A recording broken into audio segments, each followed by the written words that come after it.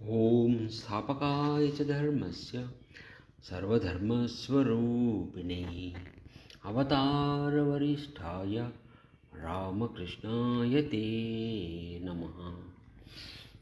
అందరికీ నమస్కారం. ఈరోజు మనం శ్రీరామకృష్ణుల జీవితంలో భగవంతుని కొరకు అమ్మ అంటే కాళీమాత కొరకు ఆయన పొందిన వ్యాకులత గురించి కొద్దిగా చూద్దాం. శ్రీరామకృష్ణులు తమ జీవితంలో భగవంతుని కొరకు అత్యంతమైన వ్యాకులతను అనుభవించినారు. ప్రపంచ చరిత్రలో భగవంతుని కొరకు ఆ విధంగా వ్యాకులత పొందిన వ్యక్తి మరొకరు మనకు తారసపడరు.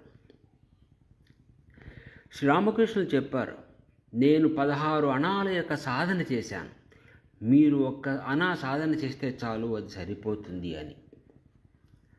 స్వామి వివేకానందుడు చెప్తాడు, నా గురుదేవుడు అంటే శ్రీరామకృష్ణుడు అని చెప్పారు. ఏం చెప్పారైనా, ఈ ప్రపంచం అనేది ఒక పెద్ద పిచ్చాసుపత్రి లాంటిది.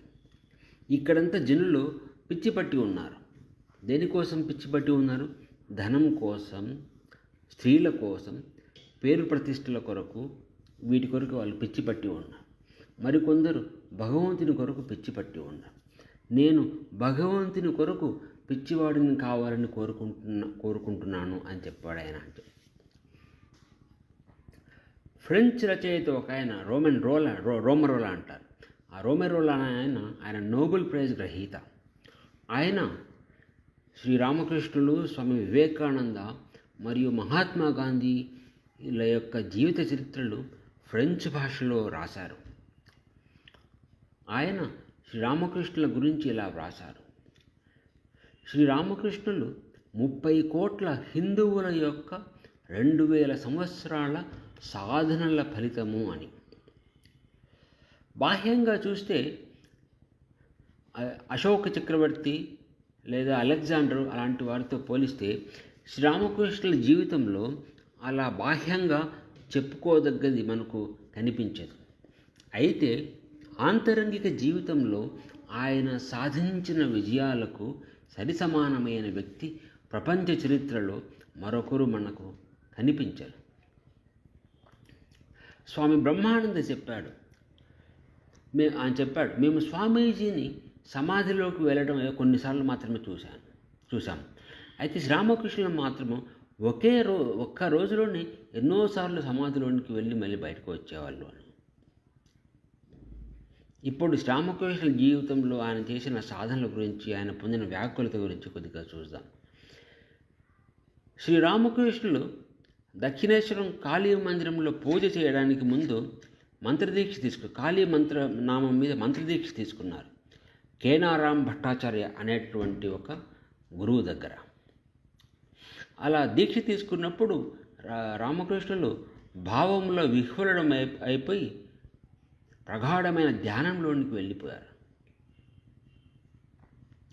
తర్వాత కాళీ మందిరంలో పూజ చేయడం మొదలుపెట్టిన తర్వాత కొన్ని రోజులలోనే శ్రీరామకృష్ణులు బిడ్డ తల్లి కొరకు వెలిపించేటట్లు కాళీమాత దర్శనం కొరకు వెలిపించసాగాడు.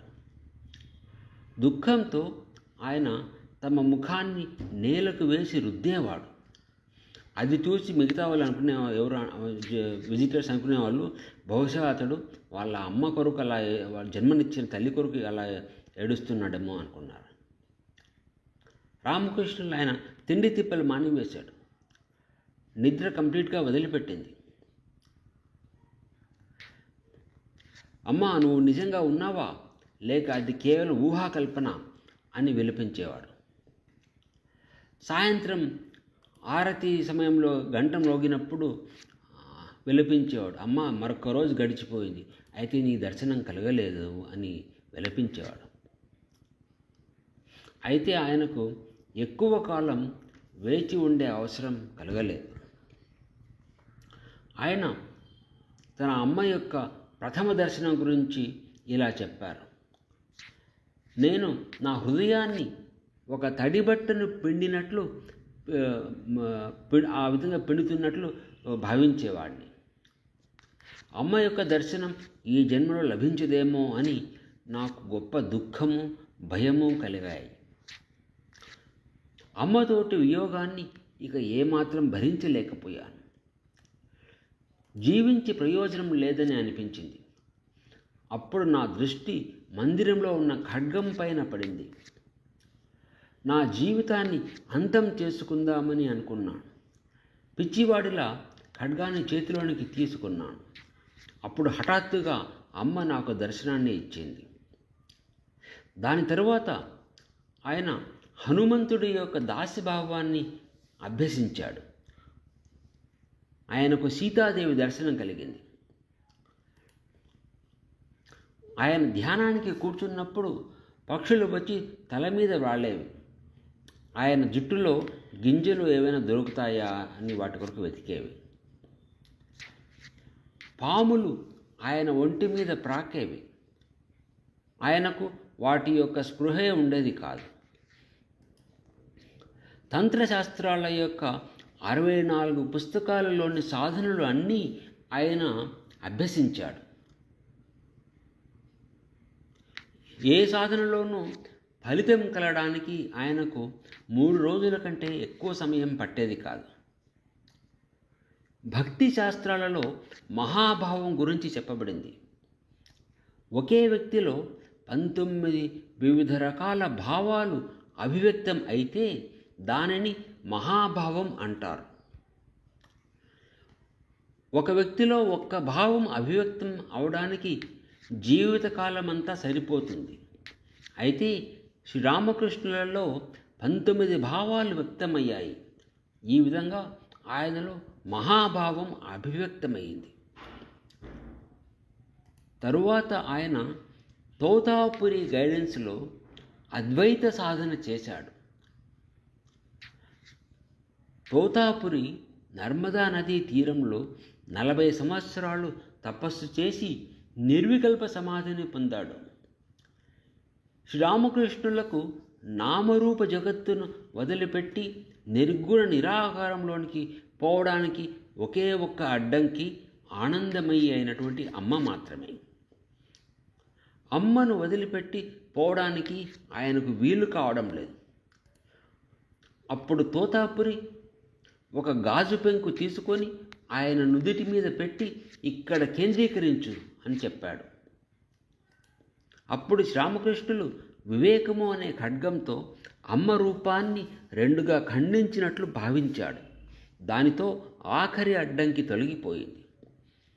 శ్రీరామకృష్ణుల మనస్సు నిర్వికల్ప సమాధిలో లీనమైపోయింది. ఆయన 3 రోజుల పాటు సమాధిలో ఉండిపోయాడు. తోతాపురి ఆశ్చర్యపోయాడు. ఇది నిజమేనా? ఒక్క రోజులో సమాధి స్థితిలోనికి వెళ్ళడానికి ఈ విధంగా సాధ్యమేనా? నాకు 40 సంవత్సరాలు పట్టింది. ఇది మహా అద్భుతం అని. తరువాత శ్రీరామకృష్ణుల మనస్సు తోతాపురి సహాయంతో సాధారణ స్థితికి వచ్చింది. ఈ విధంగా శ్రీరామకృష్ణులు తమ జీవితంలో అమ్మ కొరకు, భగవంతుని కొరకు అత్యంతమైనటువంటి వ్యాకులతను అనుభవించారు. ఒక పాట వస్తుంది, కథామృతంలో వస్తుంది. నరేంద్రుడు పాడతాడు. మంచి పాట, కొద్దిగా చూసాం పాట.